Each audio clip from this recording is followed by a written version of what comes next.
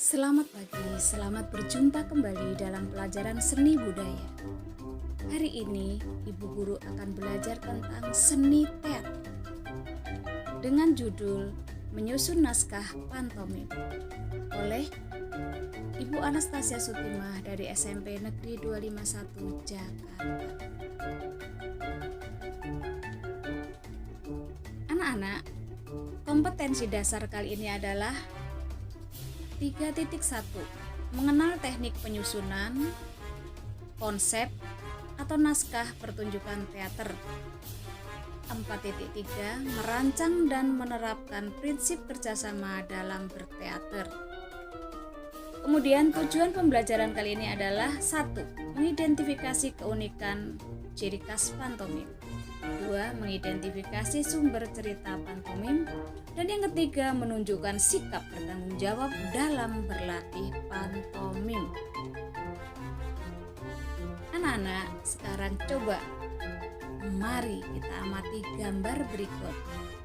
Ibu Guru menyediakan 3 gambar. Dari 3 gambar ini, kalian amatin satu persatu, kemudian menjawab pertanyaan Ibu Guru tentang 1. Apakah kesan yang ditimbulkan pada gambar 1, 2, dan 3? Kemudian pertanyaan yang kedua, tuliskan berbagai gerakan atau ekspresi pada gambar 1, 2, dan 3. Nah, amati dengan jelas ya. Selanjutnya, masih ingatkah kita tentang pantomim? Apa itu pantomim? Pantomim adalah pertunjukan teater yang menampilkan gambaran suatu objek atau benda tanpa menggunakan kata-kata, tetapi menggunakan gerak tubuh dan mimik wajah. Sedangkan istilah pantomim berasal dari bahasa Yunani yang artinya serba isyarat atau bahasa nonverbal. Lalu, ciri dan keunikan pantomim. Apa saja ciri dan keunikan pantomim? 1. Riasan putih dan celak hitam pada mata. 2. Baju kaos bergaris hitam putih. Jadi kaosnya bergaris hitam atau putih. Kalau tidak punya, boleh hitam, boleh putih. 3. Sarung tangan putih. 4. Topi hitam. Dan juga termasuk kelengkapan kostum seniman pantomim. Nah, sekarang anak-anak, kita akan melihat atau mengamati gerakan-gerakan pantomim dalam video ini yang diajarkan oleh Bapak pantomim yang terkenal dari Indonesia. Nanti kita bisa lihat bersama dan dapat digunakan sebagai inspirasi atau sebagai contoh dalam kita membuat gerakan pantomim atau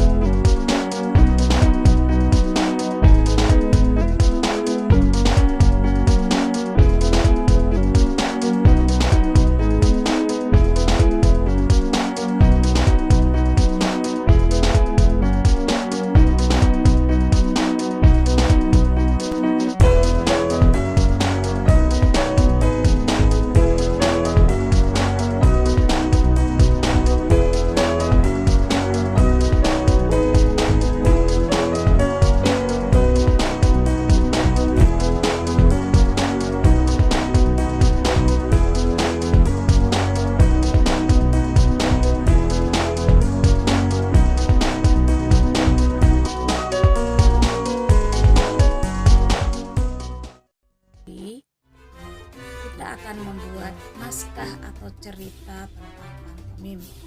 Pertanyaannya, dari manakah sumber cerita pantomim?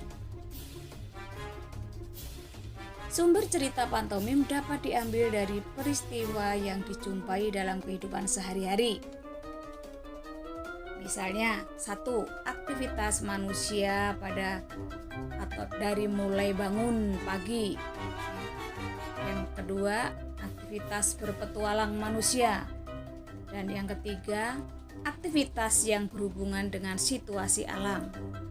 Dan yang keempat, aktivitas manusia yang berhubungan dengan perabotan dan peralatan mesin.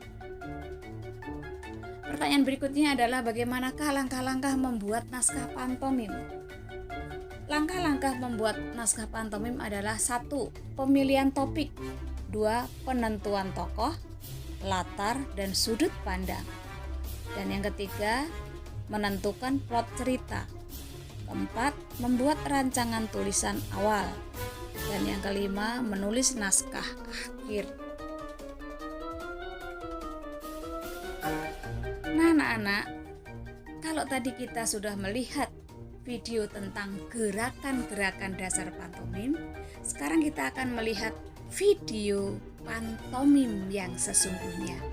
Dari video ini mungkin nanti akan muncul ide-ide dalam anak-anak ya. Nanti anak-anak juga akan mengirimkan tugas membuat video pantomim. Gunakan ini sebagai inspirasi.